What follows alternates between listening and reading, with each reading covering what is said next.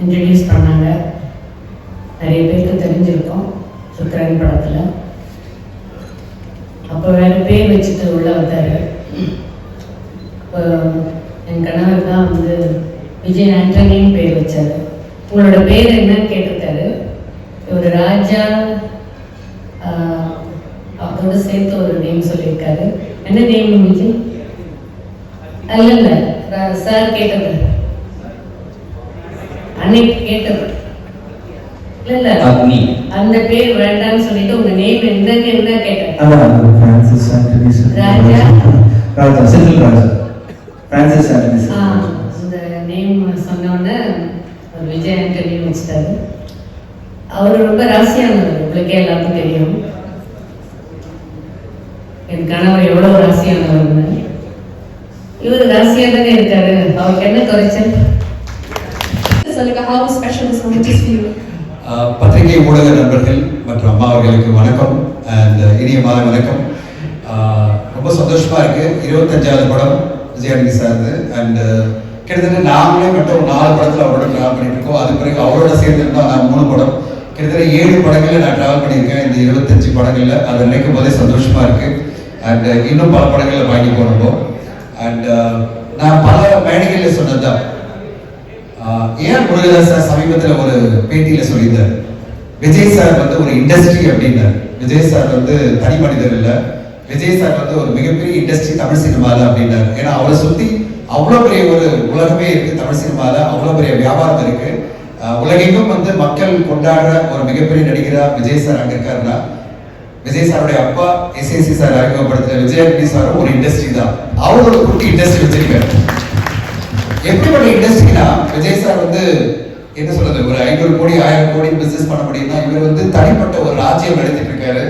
அந்த ராஜ்யத்துல எனக்கு என்ன ஆச்சரியம்னா, சினிமா இன்னைக்கு மிகப்பெரிய சேலஞ்சஸ் எல்லாம் இருக்கு, மிகப்பெரிய பிரச்சனைகள் இருக்கும்போது அந்த ஒவ்வொரு பிரச்சனையும் தூசு மாதிரி தள்ளி விட்டு அடுத்தடுத்து படங்கள், அடுத்தடுத்து லான்ச் அப்படி போயிட்டே இருக்காரு.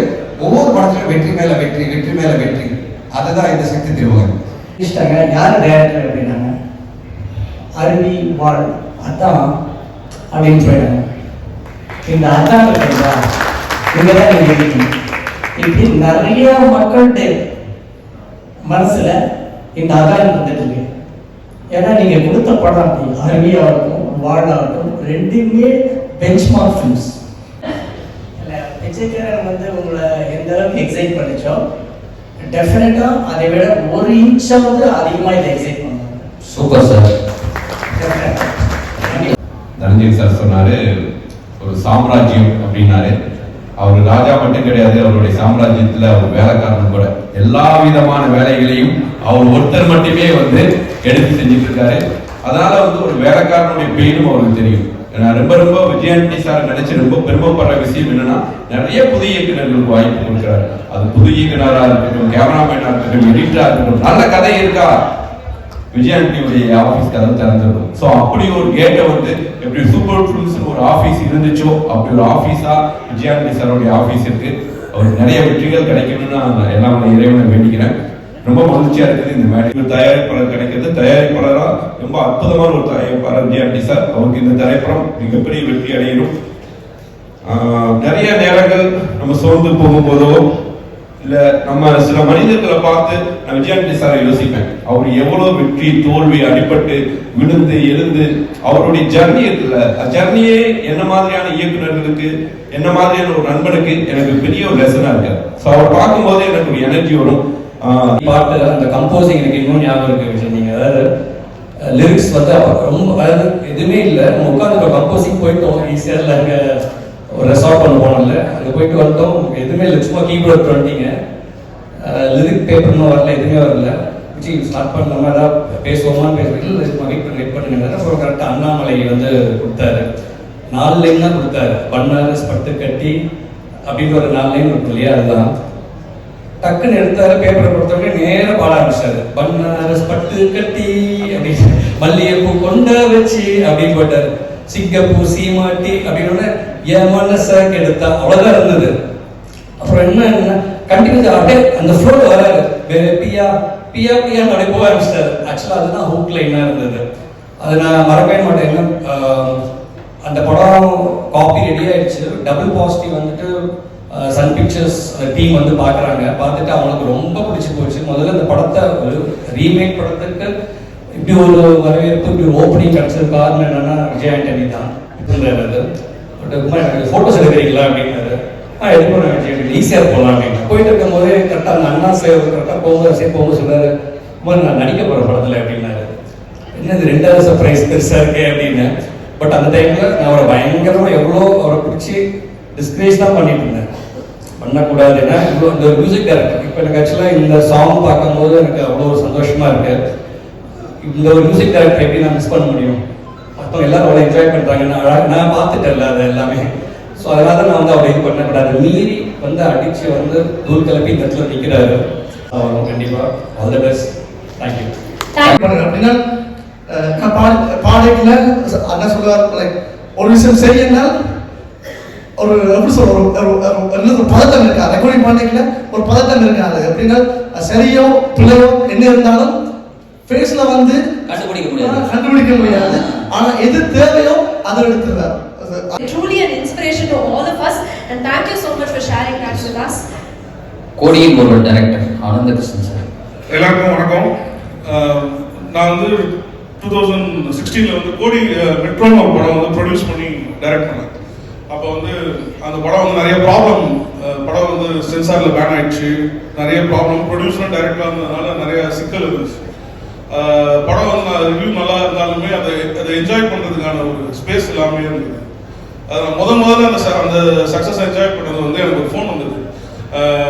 நான் விஜய் ஆண்டனி பேசுகிறேன், கடனை பேசிட்டே இருந்தார். நான் விஜய் ஆண்டனி பேசுகிறேன், படம் பார்த்துறேன், யாருங்க அப்படின்னு விஜய்னு எனக்கு புரிஞ்சிச்சு.